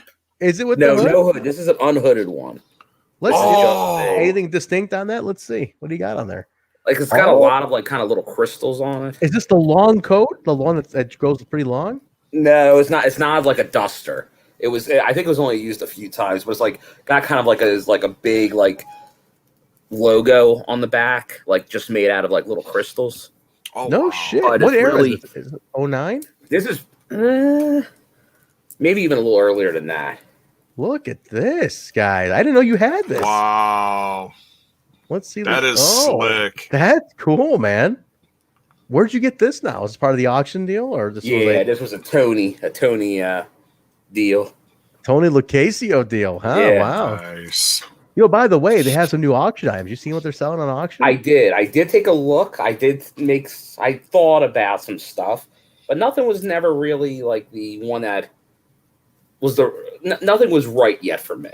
I was talking to Ross Foreman, like a good call on the auction items. Like I think Bill's gonna line your pockets for a few of them. He goes, tell him to put some bids in. Tell him to put some bids in. The one that looked cool on the newest stuff, they had a bunch of autographed t-shirt, but the table piece was kind of cool. Yeah, and like those bulky ones are kind of tougher for me. Yeah, but that's a nice jacket though, man. That's a good piece. That's a real good piece. That is slick. So I sadly I've not had a lot of time to wear that because obviously he hasn't been around for a while. Yeah, I wore it to. Did he make an appearance like a Ring of Honor show in Philly? Yeah, when he was there. And he get the title run not too long ago. It was pre that, and then I think I did it. Yeah, the one when AEW's first Philly show, down south's first. So who knows? Maybe I'll be wearing this a week from now. Did you go to their show in Philly? Yeah. So did you wear that to it? Did he see it? I wore this. Did you get a chance to say hi to him or no? Oh no. I wasn't front rowing. First up north and down south, I don't front row it. Kind of hide it a little bit. I'm just kind of here, guys. Don't let anybody know I'm here. Yeah, I'm in the back. Hello. I'll say hi. Like I just needed a fix, man. I just needed a fix, guys. Come on, just let me go. Don't tell anybody I'm here, man. Well, all right. Well, to get a little piece of shots fired right now. Because down south, I remember when they started, they came with that whole indie idea. It's like, oh man, we'll have front row tickets for like $100. We're gonna make it affordable. They were all considered VIP, and they were the same price as up north. They were like $500 a piece. Get out of here! Are you serious? I'll never spend that on a front row ticket. No way. No way. Dude, they sold out. You sold out before you even started. Oh, they sold. Hey, don't even get me into that conversation. Let's not even get into that. That stuck in my craw very early on. So I'm like, all right, I'll go, but I'm in the cheap seats, baby. Nurse Nicole is here asking where my background is. I don't have it. I'm going for a new dark behind me ominous look where it just lights me up. That's I know our buddy Gary likes it. He thinks there's like a presence behind you. Gary said there's two eyes watching me. He's like, there's something watching you in the background. I go, no, there's not. I think something flickers occasionally, and it looks like I don't know what it could be. There's like a reflection of the TV in the background. Yeah, or something. I do have the TV on. That's why. Yeah. Oh, I see it. So occasionally it does a little thing. It's like, ooh, it's like trend paranormal activity. Gary was like, he's like, there's two eyes floating around behind you. I go, what the fuck are you talking about? Nurse and I just went to a very scary haunted house last weekend for my birthday. And it freaked me the hell out. So when he told me there was some eyes watching me, I was like, wait, what? So Rex wants me to explain the desire thing to Nicole. You want me to, did she ask about it? The desire thing? I don't know if she asked about it. Did she ask about desire? Nurse, there was a valet / wrestler who's come on early TNA days. Her name was Desire. But whenever she'd get introduced by the ring announcer, Jeremy Borash, she would always go, coming down the aisle, accompanied by Desire. Sonny Siaki. Like, always with the desire, sexy desire. Just don't tell her about the other nurse. No, absolutely not. I do need my sunshine. That's not true. That's not true. A Good Brothers ring worn shirt, $500. Whoa, shots fired. Yeah, his shots fired. Didn't he watch with Bravo? The would Bill buy it? Bill has limits, man. Wait, Bill, did you buy the Bravo groomsman set? I think that got sold. It did get sold. I did not, because that was a good piece. I thought about it. I did think about it. Too soon. No. But this was the bachelor party stuff. It wasn't the he got shot in. Now the one he got shot in, I may. Oh, that's right. Yeah, if you get honestly, I need the Bravo top hat. Okay, let's talk about the other nurse. So on this episode, nurse. See, you had to bring it up. You had to open your big mouth there, J-Bo. Now I got to explain myself. Well, I think that's what Rex made him getting at. There was a nurse who comes out. What was her name again? I already forgot her name. Nurse Veronica. Nurse Veronica comes out. Nurse. She comes out and she is attending to one of the female wrestlers, and she hits one of the guys in the nuts, gives him a nut shot. And that was Nurse Veronica. We were looking into what she was doing. Like, where did she end up after TNA? Because I don't remember her. I didn't remember her this run of hers. But apparently she's there for like a year. No idea. But all right, where are we at here? Let's get back on track. You guys are all throwing me off. Okay. So we covered AMW. Well, the Harris. This was okay. So we're in the tag match. It's on Alliance one, right? The Harris boys end up attacking Konnan, giving the H-bomb, and the AMW wins to advance. Oh, it's all revenge from the week before. That's what it is. Okay. Yes. Yeah. So here's the thing. Did you notice how Storm looks at Harris at this point, at the end? Kind of looks at him. Whoa, Jesus, nurse. Wait, it wasn't me. I didn't book her on the TNA show 17 years ago. What's going on here? Jesus. We're just talking about we're not yum-yumming her. No, I'm panicking. They're right. They got me rattled. I'm trying to anchor a show here. J-Bo, you have to open your big fucking mouth around here. I mean, the guy says 8 words a show, Bill, and one of the 8 words is getting me in hot water. He buried you in 8 words or less. Over. I didn't do anything. Humming. All started with an innocent talk about an escapade at a haunted house. What a coach. Unbelievable. Cut his mic. Actually, no, cut his mic. All right, so now we're at a very heavy segment of the show here. This is continuing. The Kid Cash Trinity storyline continues to be one of the heaviest things in 2003 TNA. This one was bonkers, though. There's that word again. Heavy. Good tie-in. Something wrong with the Earth's gravitational pull? Why is everything so heavy in 1985? That's awesome. Great tie-in. Daniel Spencer would appreciate that one. So we get a recap of the whole Trinity Luchador thing. Big letdown, right, Bill? This was the Trinity being the Luchador, Mass Luchador. We're still kind of let down about that one. Not happy about it. But we get that. Trinity and Cash come out. He's dragging her and just shitting on her. I mean, he's just shitting on her. He shits on Goldilocks, who's doing the interview in the ring, and he calls her poor Goldie. Oh my God! He goes, "You know what I think of you? You're just a stick with tits." And like, oh, holy shit! So he's oh my God. she's pissed. He's dogging Trinity, like just calling her a bitch and a word like she works for him. You're a piece of shit, and like you wanted to prove yourself. You can't prove anything because you're a loser. Like running her down, blames her for losing the X Division title, and then he says, "You want to make it up to me? You got to bend down, get on your knees, and kiss the master's ass." And then now this is before little up north did his old kiss my ass thing, right? This is way before that. So yeah, 2003. Kid Cash was pioneering the kiss my ass club here. So but the crazy part is he starts to choke her, like super choking her, right? And Goldie steps in and just breaks it up very violently. She goes, I'm sick of your shit. And doesn't get bleeped. Like, we're all sick of your shit. None of this gets bleeped. None of it. And he hauls off and slaps her like hardcore. He slaps Goldie hardcore. And I was like, gee. Oh, but that's before the slap. Oh, there's got a lot of lines going on here. Oh, he breaks. They break it up. He grabs me. He's like, "Oh no, you didn't! No, you didn't! You got to be kidding me!" And then he basically accuses the two girls being lesbians. Oh, the donut thing. Yeah. Yeah. Oh, he's like, now we know where you two go afterwards after the show. Maybe you meet up for at the sushi bar. And then he goes, maybe you're bumping donuts behind the donuts.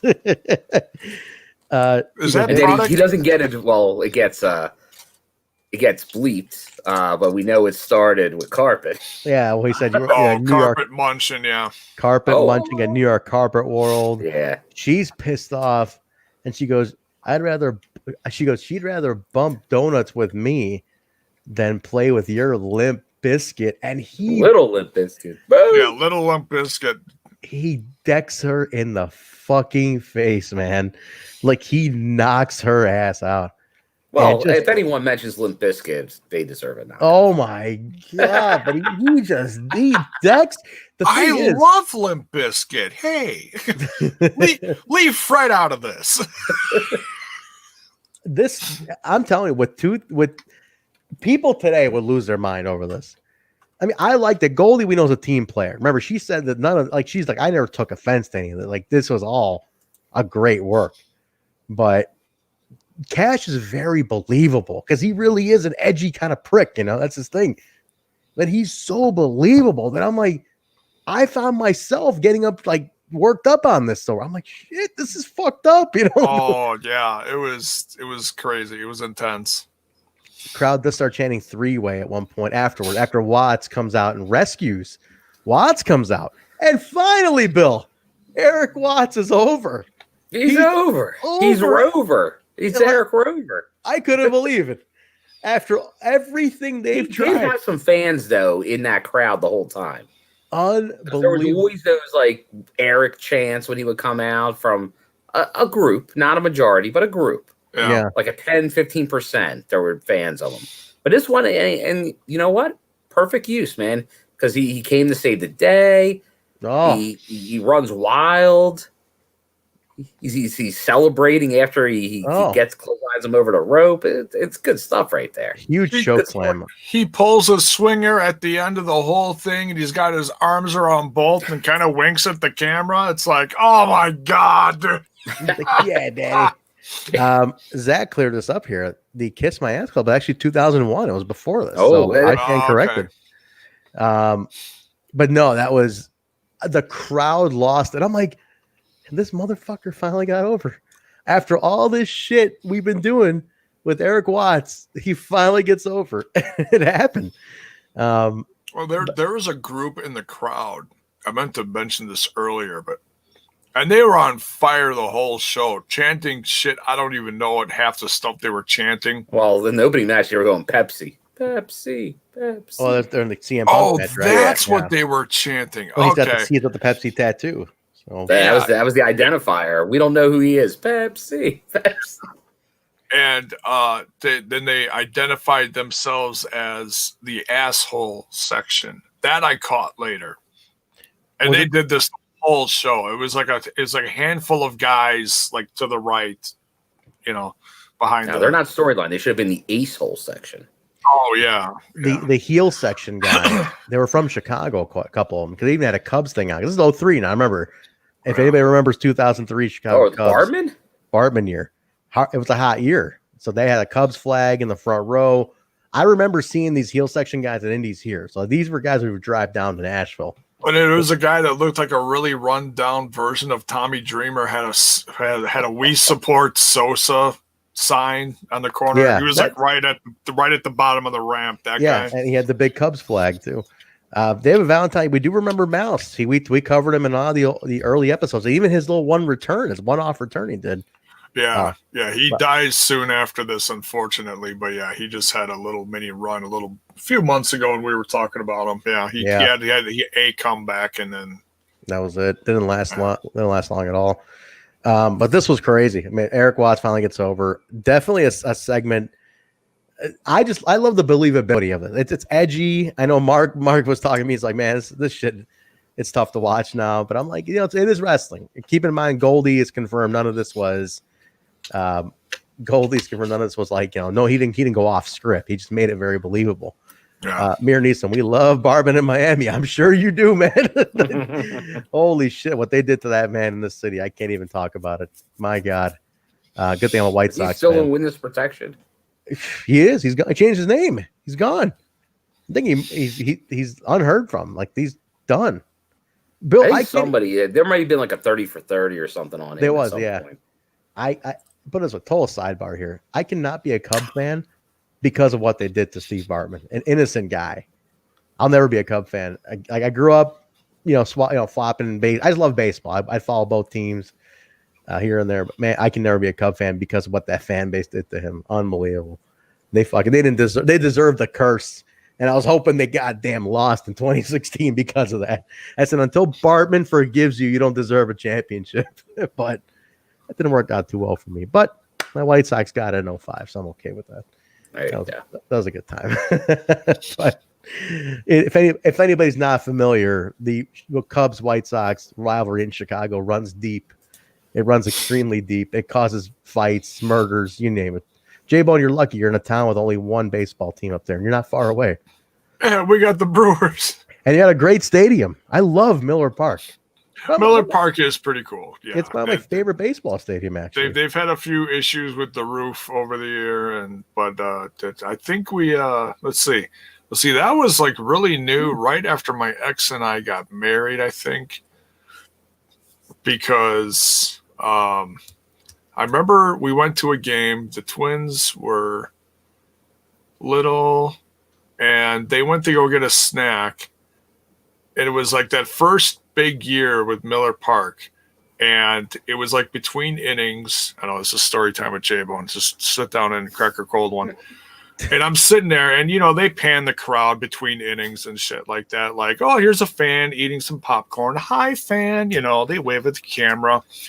All of a sudden I look and they're showing this bald guy holding a baby. And I look and I'm like, oh my God, it's me holding my daughter Morgan.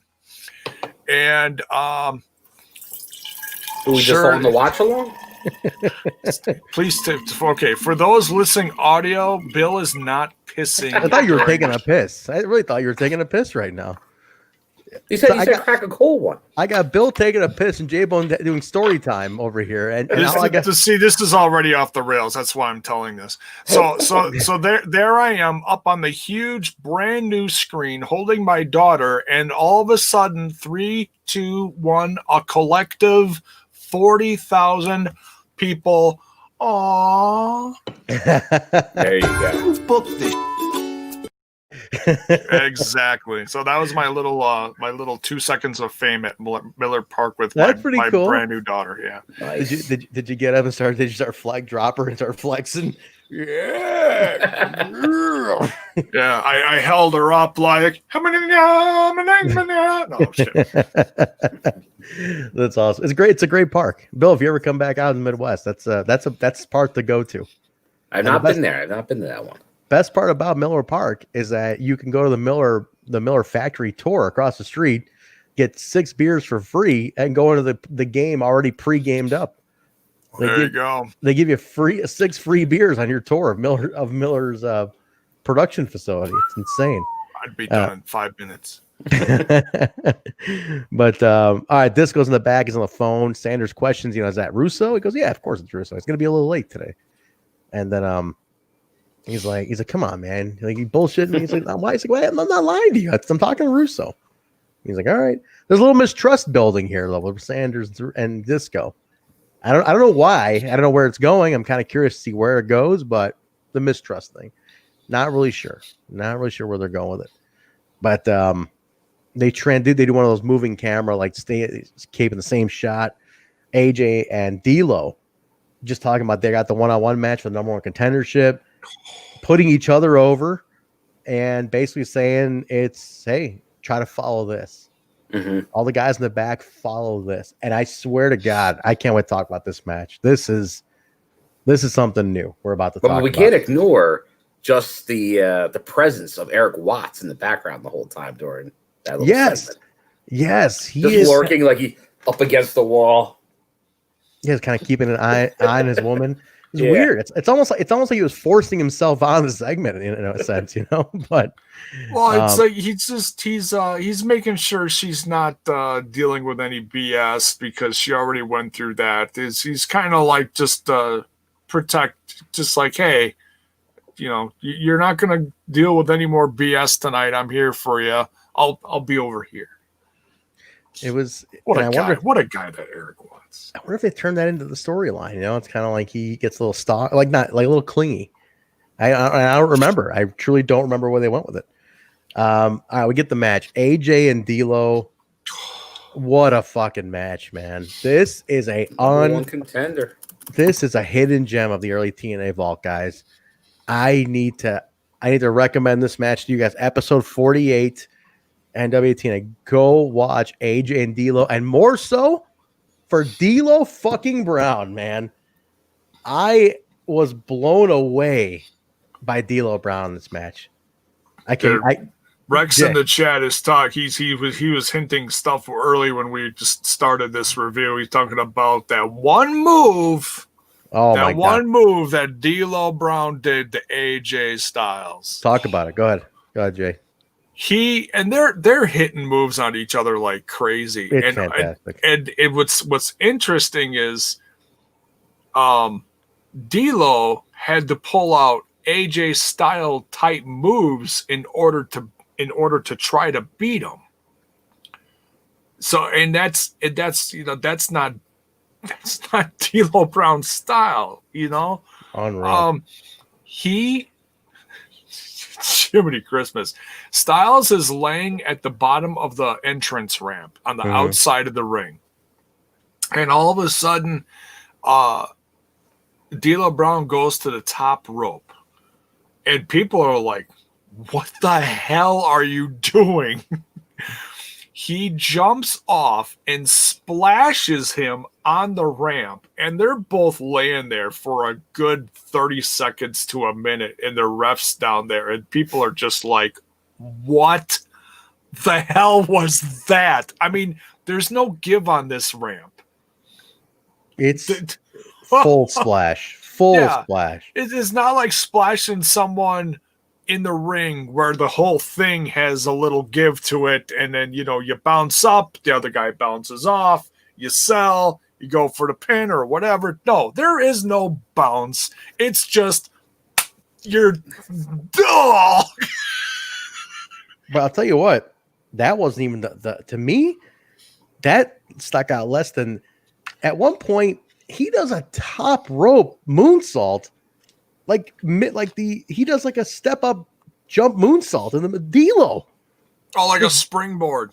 Like a springboard, yeah. Yeah. But to the top rope. He just with ease jumps to the top rope and springboards onto AJ. D'Lo Brown's a thick guy. What the hell? Like he made it look so easy to do that moonsault. I've been inside a wrestling ring. It is not that top rope is intimidating. I don't know how he did it, man. Yeah, it's like the equivalent when, Willie Mack starts bouncing around the ring. It's like, holy shit, what are you doing? Unbelievable. These guys are something else, man.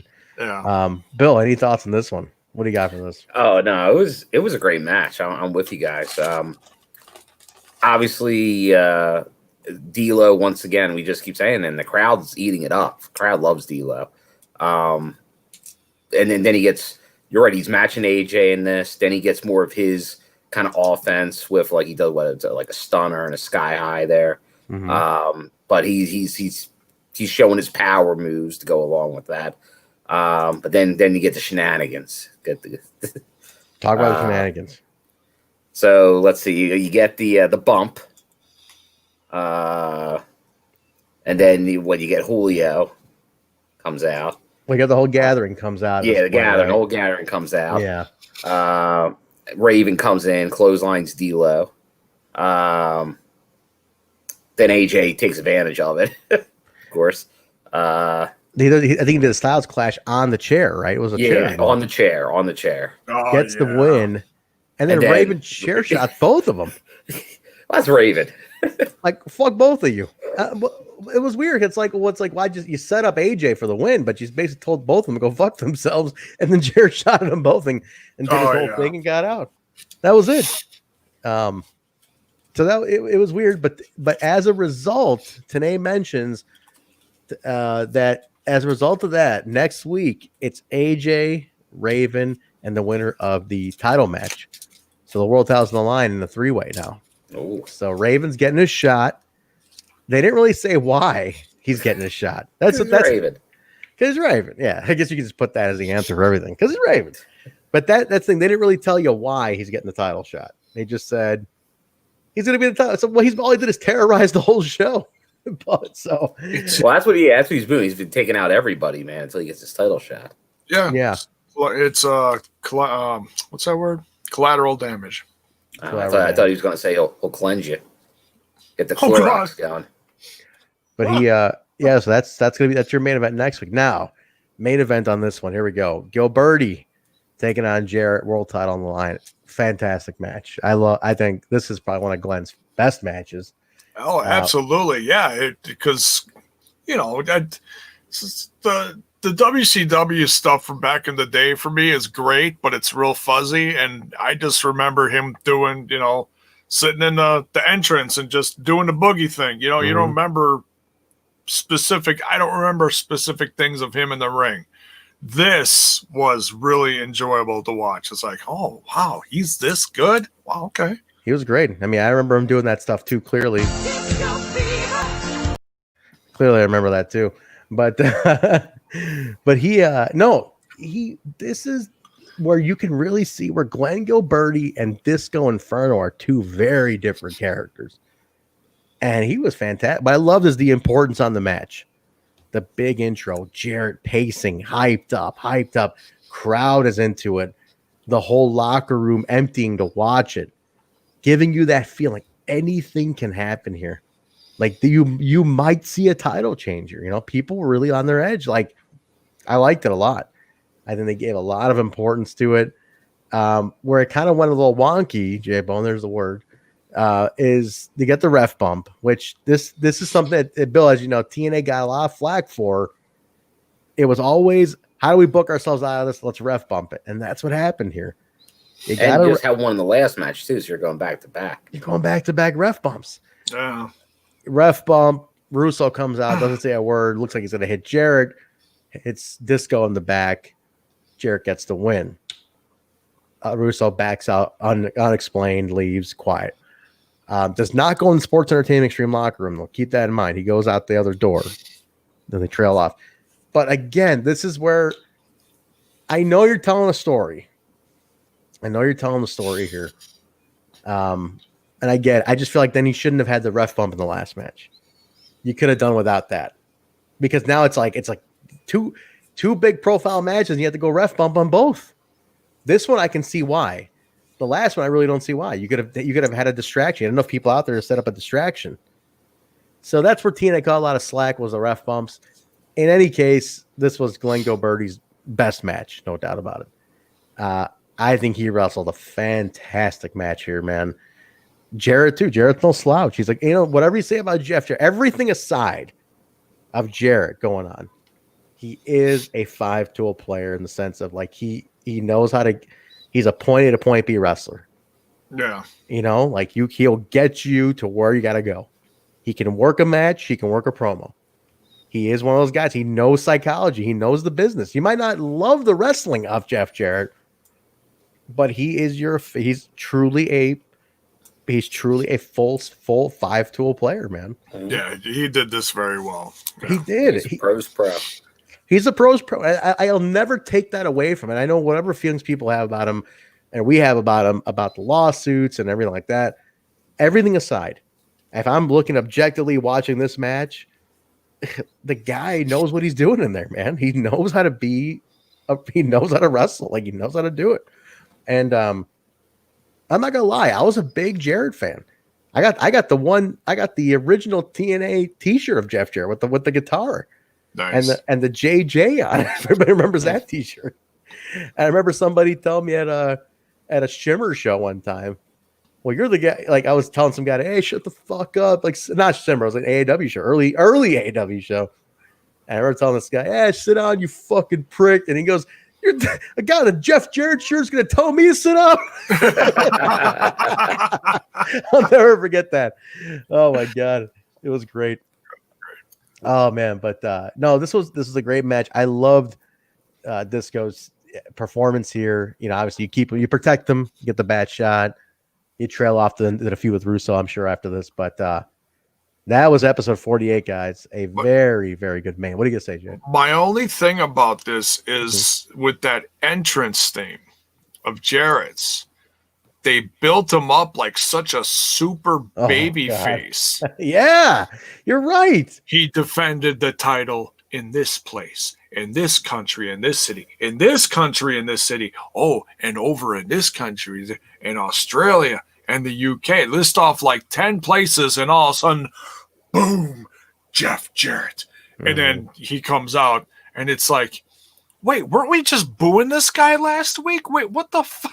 Yeah. It's like, because the way they built up Glenn Gilberti, it's almost, Glenn Gilberti is almost the baby face here. But that entrance, it's Mega Jarrett. You must bow down. You know, it's like, well, that's their thing, man. I mean, they build Jarrett up like, I mean, it's Super Jarrett, right? As we know, it's always a Super Jarrett show. Well, it was great though. That was my only thing. I'm like, wait a minute, he's really all right, because we were just booing him last week. But do your thing. It's always the confusion with how you book Jarrett. We're going Super Jarrett, man. It's always the thing to do with him, and it's like, God damn it, you know, it's just it doesn't end with the Super Jarrett stuff. It continues on, and it's a big old build for a long time. So get used to that. It's not over yet. That's how I felt in 2005 when he was always like champ in the start of the TV, when I really started watching and became a fan. It was like he felt like he was champ all the time. He was Triple J, and it started here. I just didn't realize it started here. Yeah. I'm glad they switched it off as quick as they did, because they eventually in Florida they gave it to Rhino and then Christian. But it was coming back to Jarrett a lot. You know, it was the Jarrett show until really Kurt got in there, man.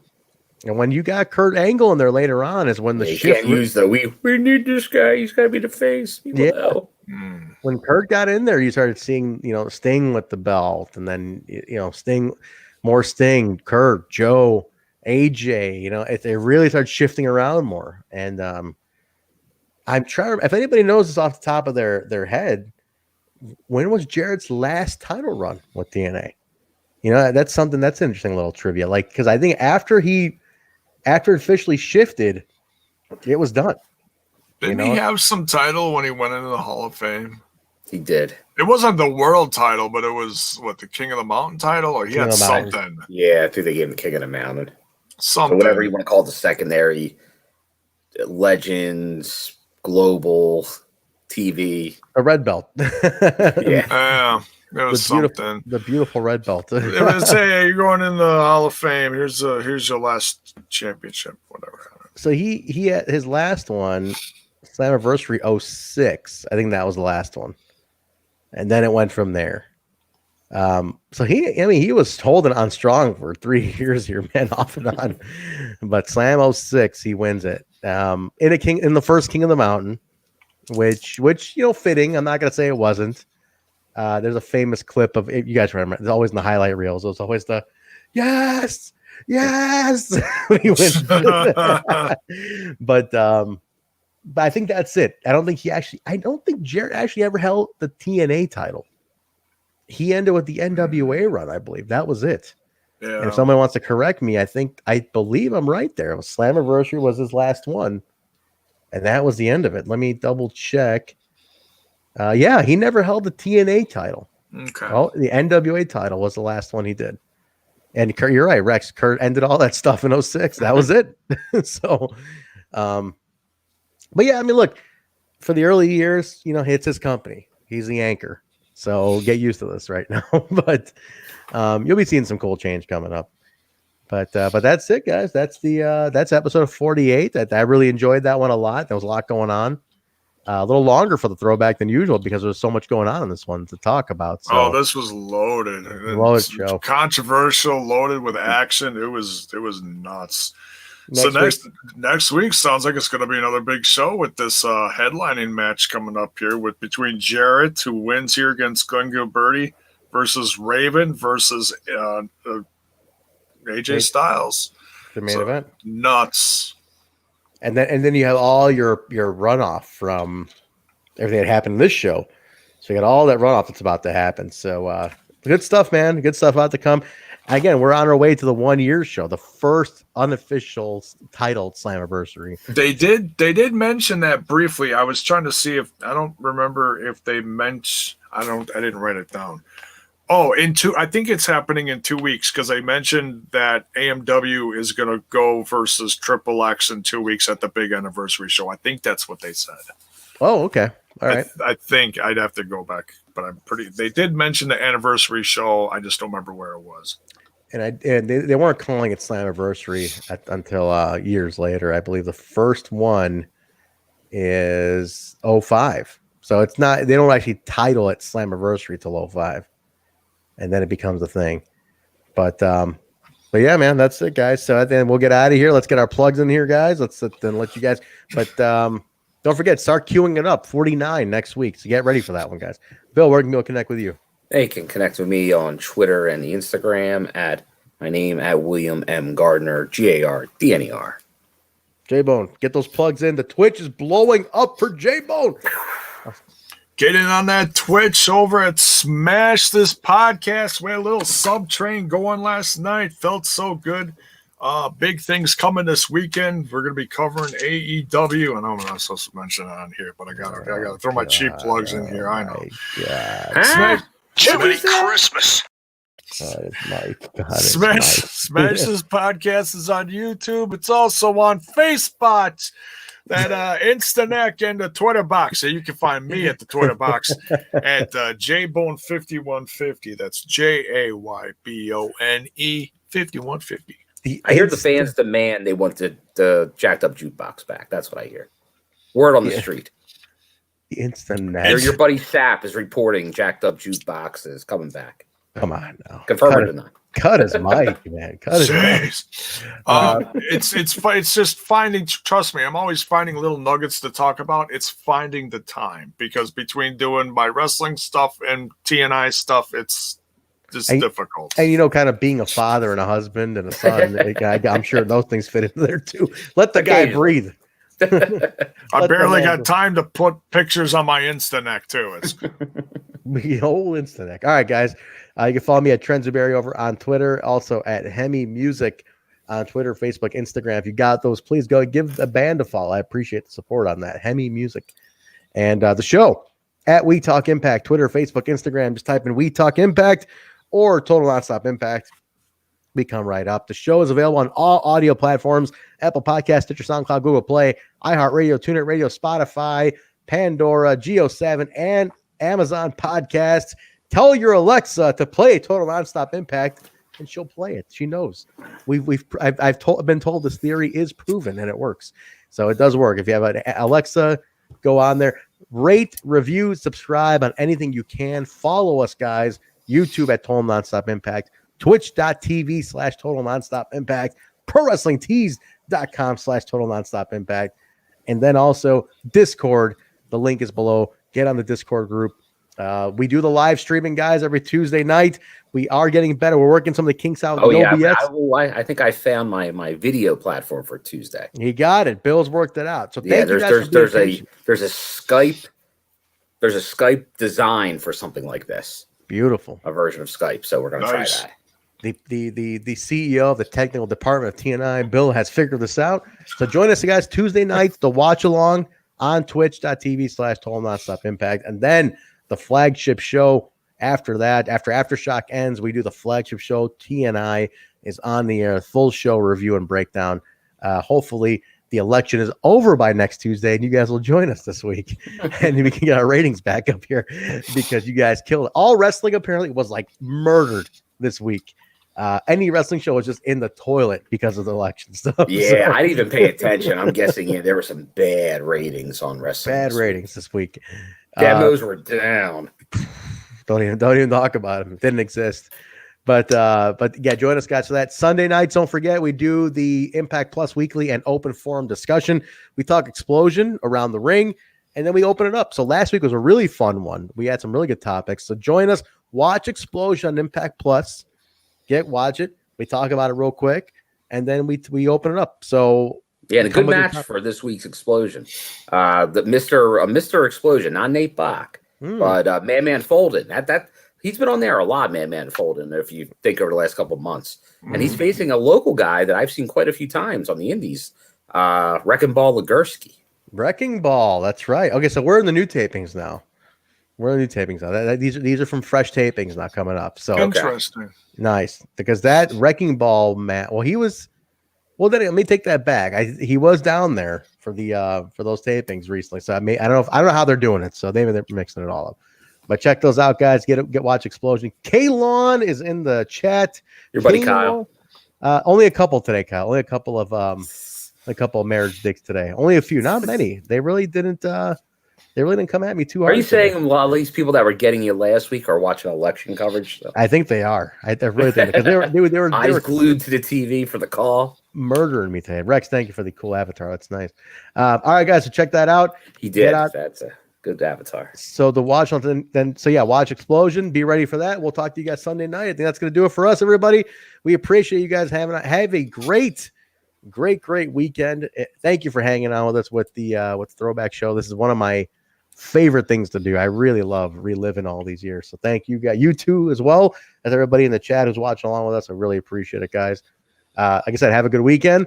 Be safe. Don't let the election stuff get you down. It'll all be over soon enough. Yeah, come on, man. Come on. That 39-second cat file was, oh my God. All right, we're out of here, everybody. Have a good night, everybody. We'll talk to you Sunday. Find me the name of this garbage show again that I'm on. Total nonstop impact. My name's John, capital letter E, period, Bravo, and you're listening to the Total Nonstop Impact Podcast. This is the jaw-jacking Tuesday Night Impact, and his mother called him son because he shines like one. Mocha Skin Manimal, Rohit Raju, and you are watching Total Nonstop Impact. This is Taya La Güera Loca, and you are listening to Total Nonstop Impact. The Walking Weapon, Josh Alexander, and you're listening to Total Nonstop Impact. We are the Rascals, and you are listening to Total Nonstop Impact Podcast, baby. Woo! And what you're really listening to is Total Nonstop Impact. Don't you dare miss a lesson. Oh, yeah.